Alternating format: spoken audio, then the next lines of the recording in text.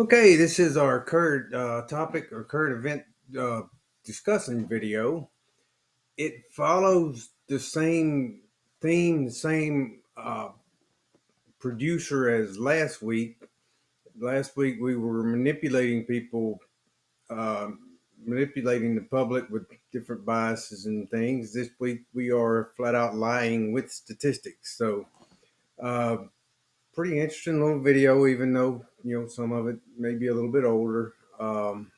Sure y'all have heard some of this before. We've been using a lot of these examples over and over for a while, but it's good information. It's good for y'all to go. So this will be the same format as last time. I just want a good, honest effort.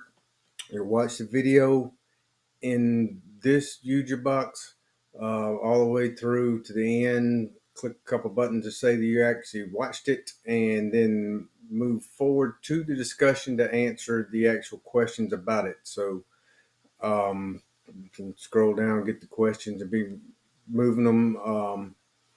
Once you've watched it one time on here, you can always jump over to my YouTube site if you need to go back and forth and stop and start. But really, I'm not wanting you to be that detailed. I just want you to pay enough attention when you watch it that you remember most of it and can make honest discussion about it. So, hope you all enjoy it, and we'll get started. Back around 2002, Target came to a statistician with a question, in which the answer could potentially make the company millions of dollars. They asked, using only computers, can you determine which customers are pregnant, even if they don't want us to know? And from then on, statistician Andrew Poole was in search of an algorithm to do just that. What he did was analyze the shopping patterns of expectant mothers and notice some common behaviors, like an increase in lotion purchases, loading up on vitamins, and more stuff that I know nothing about. And he uses information to not only determine which customers were likely pregnant, but what their expected due date was. And after developing his mathematical model, the statistician had a list of hundreds of thousands of women who were likely pregnant, along with their expected due date and what trimester they were in. And from then on, Target could send coupons at just the right time over the next several months, and even after the baby was born. Now, although Target was cautious about following secrecy laws, it still might turn women away if all of a sudden they started getting coupons for like cribs and diapers and other related items when they didn't in fact tell the company that they were pregnant. So what Target did was just sprinkle these items in along with some other unrelated products when coupons arrived, so it would seem more natural. But about a year after creating this algorithm, something happened though, and this is where it gets interesting. One day a man walked into a Minnesota Target demanding to see a manager. He was very angry. And apparently what had been going on was Target was sending coupons for things like diapers and cribs and other related items to this guy's high school daughter. And he was very upset about this. He was saying things like, are you guys trying to encourage her to get pregnant? And the manager didn't really know what was going on. He of course apologized. And a few days later, the manager called the dad back to apologize again. But this time the dad wasn't so much angry, but a little more embarrassed. And I think you guys know where this is going. On the phone, the dad said, I in fact owe you an apology. There's been some things going on around here that I haven't been fully aware of. And in fact, my daughter is pregnant and she's due in August. So yes, this statistical algorithm figured out that this girl was pregnant before her dad even knew about it. That right there is the power of statistics. And we're just getting started. In 1964, an elderly woman was walking home from grocery shopping when she was all of a sudden pushed to the ground and had her purse stolen. Now, she was able to get a glimpse of the thief and saw a blonde woman in a ponytail who then fled the scene. Then there was also a man nearby who heard the screaming and saw the woman run into a yellow car that was driven by a black man who had a beard and a mustache. And yes, this is all needed for the story, by the way. A few days after the incident, police ended up catching Janet Collins and her husband Malcolm, who matched all the descriptions given by the witnesses. They were then charged with the crime and put in front of a jury. Now, since most of the evidence that could be provided for this was just from the victim and the man who saw the event and what they both witnessed, they brought in a mathematician as well to help prove the guilt of this couple. This mathematician calculated the probability of just randomly selecting a couple that was innocent but also happened to share all of these characteristics that were observed by the witnesses. Based on data, the mathematician came up with these numbers and assuming independent events, we can multiply them all together to find the joint probability that they all happen to apply to an innocent couple. Turns out there was less than a 1 in 12 million chance that this random couple, who just happened to fit all those descriptions, was innocent. So the jury returned a guilty verdict. And this is actually a very famous case in terms of using statistics in the courtroom. Another quick example is that of Sally Clark, who was found guilty of murdering her 2 infant sons back in the 90s. Her first son died suddenly in 1996 due to unknown causes, so it was assumed it was a case of SIDS, or sudden infant death syndrome. But about a year later, she gave birth to her second son, who was then found dead 8 weeks after his birth, again of unknown causes. So after this happened and it was reported, the police ended up arresting her and her husband on suspicion of murder. During the trial, a pediatrician professor testified that the chance of 2 infants dying due to SIDS at around the same time relative to their birth was about 1 in 73 million. And again, 1 in 73 million is way beyond a reasonable doubt. So it was more likely this was an event of shaking or smothering or whatever. And Sally Clark was found guilty and sentenced to life in prison. So you can see statistics has a lot of power in our world, whether it be advertising, criminal cases, and so on. But what's also really powerful and way easier to do is lie, mislead, and misinform using statistics. And you don't even have to use wrong data to do this. I mean, I've already done that multiple times in this video. I'm going to talk about that soon. So yes, this next part is for all you people who comment on videos before watching the entire thing, because there is more I'm going to say. But let's start off light though. In 2007 in the UK, an ad was released for Colgate that claimed the classic 80% of dentists recommend Colgate.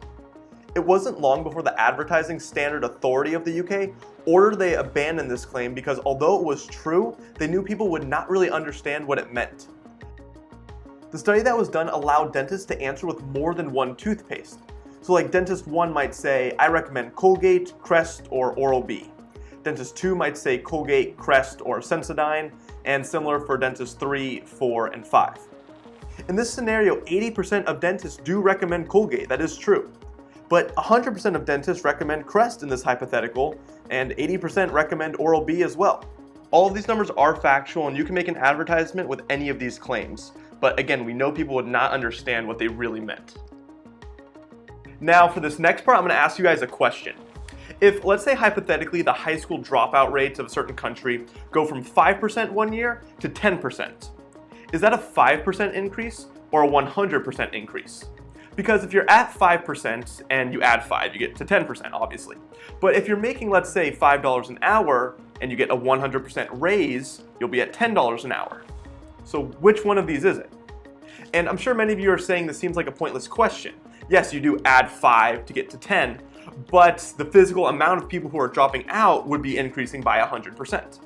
Well, in the spirit of this video, let's ask something else. Which one of these paints a more accurate picture? Like, if one of these was posted in the New York Times or on Forbes or whatever, which one tells the people more about what's going on? And I'm actually curious what you guys have to say about that, because I think we're going to hear different answers from different people. But for this next part, I think we're all going to agree. What if, hypothetically, the dropout rates are 1 in a million people, and then the next year they go to 2 in a million people? So that's 0.0001% to 0.0002%. A difference of, again, 0.0001. But that's also a 100% increase in the physical amount of people dropping out. So which one of these two headlines do you think paints a better picture? Well, again, we might hear different answers, but I think we can agree the 100% makes it seem like a worse problem than it is. Like if 5 people in the whole nation are dropping out, and the next year 10 people do, I wouldn't necessarily call that an epidemic just yet. Now, using numbers like this in a misleading way is actually not hypothetical because it happened a few decades ago in the UK, but not with college dropout rates, but rather a birth control pill. In 1995, the UK Committee on Safety of Medicines issued a warning that a certain type of birth control pill increased the risk of life-threatening blood clots by 100%. What that actually meant was that with the older second generation pill, about 1 in 7,000 women developed a blood clot, whereas with the new pill, about 2 in 7,000 women developed a blood clot. So yes, the physical amount of women receiving a blood clot did go up by 100%, that is true. But if we dig just a little deeper, we see with the older pill was about 0.014%, whereas with the new pill it was about 0.028%, which hardly seems worthy of a breaking news alert. But articles were posted about this misleading statistic, and as a result, naturally tens to hundreds of thousands of women stopped taking this birth control pill. Fast forward 1 year, and that scare was blamed for 13,000 unwanted pregnancies, many of which were teenage pregnancies. A lot of teenage pregnancy stories in this video. Moving on, did you guys actually know head lice is good for your health? Seems pretty stupid, right? But people actually thought this at one point. And that brings us to the part of this video titled correlation or causation, or both. Remember, it's usually very easy to determine that two things are correlated from a statistical test, but causation is a completely different thing that isn't so easy to spot. Yet people are very quick to assume that A causes B just because A is correlated to B. Sometimes the logic can be stupidly obvious, like fast-moving wind turbines are positively correlated to fast wind. As one goes up, the other goes up. But does that mean that fast-moving wind turbines cause fast wind? Well, obviously not, it's the other way around. But in many cases, it isn't this obvious. Like, what if I said that kids who watch violent TV shows are more violent themselves? Does this mean that those shows cause kids to be more violent? I mean, that could be possible and definitely would be an immediate thought for many people. But what if kids who are more violent just happen to watch more violent TV shows? That also seems perfectly reasonable. So we can't just jump to conclusions too early, even though that's what many people would probably do. Or in the Middle Ages, Europeans saw that people who had head lice were normally healthy, whereas people who were sick rarely ever had head lice. As a result, they assumed that lice would cause people to be more healthy, when in reality, head lice is very sensitive to body temperature. So if people had a fever or anything like that, the head lice would find another host. Then on this subject, we have the third cause fallacy, where two correlated events actually don't cause each other at all, but it's rather a third thing causing both. For example, ice cream sales do not cause an increase in heat strokes, nor the other way around, even though they are correlated. Hot weather is instead the cause of both of them. Or for the past several decades, atmospheric CO2 has increased along with obesity levels.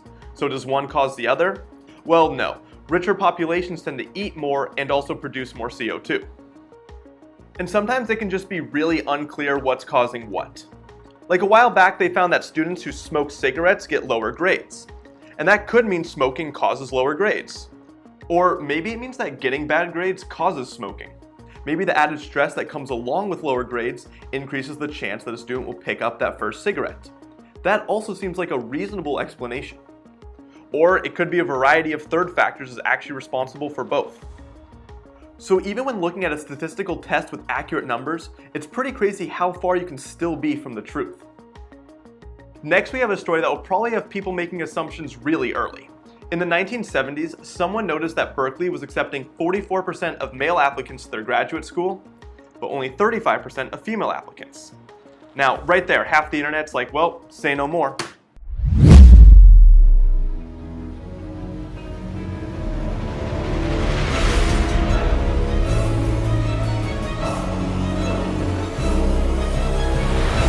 But only 35% of female applicants. And here we go.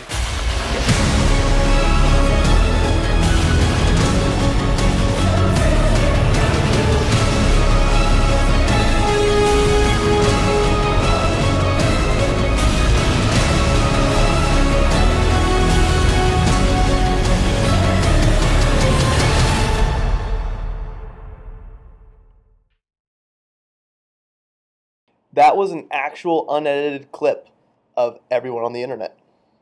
Now, these numbers that we saw are true, but very misleading.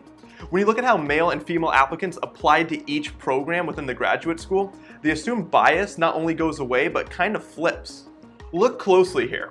In this row, you see there was a high acceptance rate for the program. In fact, women had a much higher acceptance rate, but still overall it was high for everyone.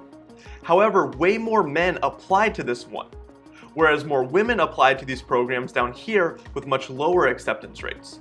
So since a higher percentage of women were applying to these programs with higher rejection rates, the overall acceptance of women would be lower guaranteed, even though they are in fact slightly favored across a couple of departments. So either of these headlines could be published with the necessary stats to back them up.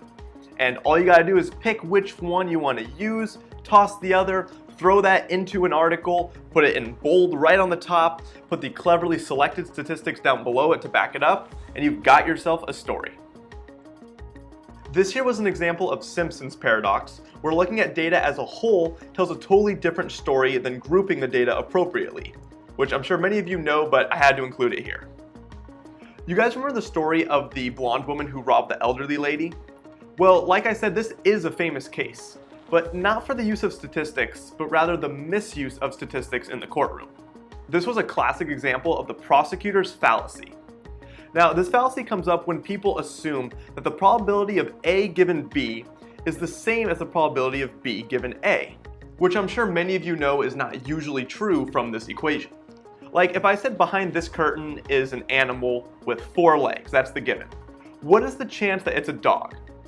Well, you'd probably do some thinking like, well, it could be a dog, it could be a cat, it could be a cheetah, it could be a lot of other things. And if you had to come up with a number, you might say 1 in 100, 1 in 1,000, or whatever. But if instead I said behind this curtain is a dog, that's the given, what's the chance that it has 4 legs? Well, that's almost a guarantee because most dogs have 4 legs. So you see, switch the given and the question at hand, and the probability can change by a lot. So now let's look at what I said earlier. Turns out there was less than a 1 in 12 million chance that this random couple, who just happened to fit all those descriptions, was innocent. So the jury returned a guilty verdict. This here was wrong. The stats actually showed us that given an innocent couple, the odds that they fit the descriptions was 1 in 12 million. But then I said what the jury had also assumed, that if you switch the given and the question at hand, the probability stays the same, which we just saw can be very wrong. This left side should make sense. Like if I just grabbed a random couple out of a mall, that's the given, there's a very small chance all of these would apply to them. But this is the false assumption that is the prosecutor's fallacy. We're told or given, hey, here's a couple that fits all those descriptions. If maybe 10 people in the entire city fit all of those, given a random one, there's a 1 out of 10 chance that they're guilty, or a 9 in 10 chance of being innocent, not 1 in 12 million. And remember Sally Clark, who was found guilty of murdering her 2 children? This is also a famous case of the misuse of statistics. Turns out bacterial tests had actually been withheld that would reveal more specific information than a simple multiplication of 2 probabilities, which didn't tell the full story at all. Like, it assumed that the 2 events were independent of each other when genetic or environmental factors could have definitely been at play. Like I said, Sally was found guilty and sentenced to life in prison, but she only served 3 years when the convictions were finally overturned in early 2003. Up until then though, Sally Clark was widely criticized in the press as a child murderer, and she was never able to recover mentally from the false accusation. A few years after her release, she developed psychiatric problems and died in her home from alcohol poisoning in 2007. I'm going to repeat that for everyone who didn't follow it. A woman lost 2 of her children due to natural causes, was accused of murdering them, was put on trial and found guilty due to a misuse of statistics, spent 3 years in prison, and even after her release was not able to recover mentally and died just about 4 years later. If you guys don't find that story insane, then I don't know what to tell you. And actually the result of this case prompted the Attorney General to order a review of hundreds of other similar cases. Now, because I don't want that to be where we end this video, let's look at one more classic misuse of statistics. This one has to do with how data is represented, and it often involves bar graphs that don't have 0 as their baseline. For example, Fox News once showed a chart detailing the numbers of what would happen if the Bush tax cuts expired. Do you guys see a problem? Yeah, it starts at 34% at the bottom, making a not even 15% increase look like a few 100%. In reality, the chart should look like this. Or take the Terry Schiavo case that occurred about 2 decades ago, which involved a debate of whether a feeding tube should be removed from a woman in an irreversible vegetative state. During that time, CNN posted this graph detailing which political parties agreed with the courts. It seems like Democrats supported the decision significantly more, but because the baseline is not 0, it appears way different than it should. This is what the actual graph would look like. Or in 2015, the White House published a tweet about the increase in students receiving high school diplomas with an extremely misleading graphic. They made around a 10% increase look like nearly 200%. Or in music, there was a chart release showing views between top artists that made Drake look like he was ahead by a large margin, when in fact it was about a 5% lead. Now, I'm guessing the comments on this video will be rather interesting. But remember, these were cherry-picked events, and it's not like everything I said paints the full picture either. I just find it interesting that these numbers can change the way we think about a person. They can peek into some of the most intimate moments of our lives based on our grocery list. They can make very trivial events seem very serious and vice versa, and you don't even need to use wrong numbers for this. But hopefully this showed just how not cut and dry math and statistics can be in the real world outside of a school setting especially. Okay, yeah, I hope y'all enjoyed that. It's a very interesting little video there. Like I said, I know some of those examples are getting a little old. I personally have used that target example for at least 10 years in my courses. So, if not most of you, a good many of you have heard that one before, I'm sure, but it's still interesting. A lot of stuff in there is very interesting in the way you can mispresent um, data and the way you can take stuff out of context intentionally or just display figures in the wrong light. And like I said last week, if it looks scientific, people will believe it, especially if it confirms their own particular bias or their own particular opinion.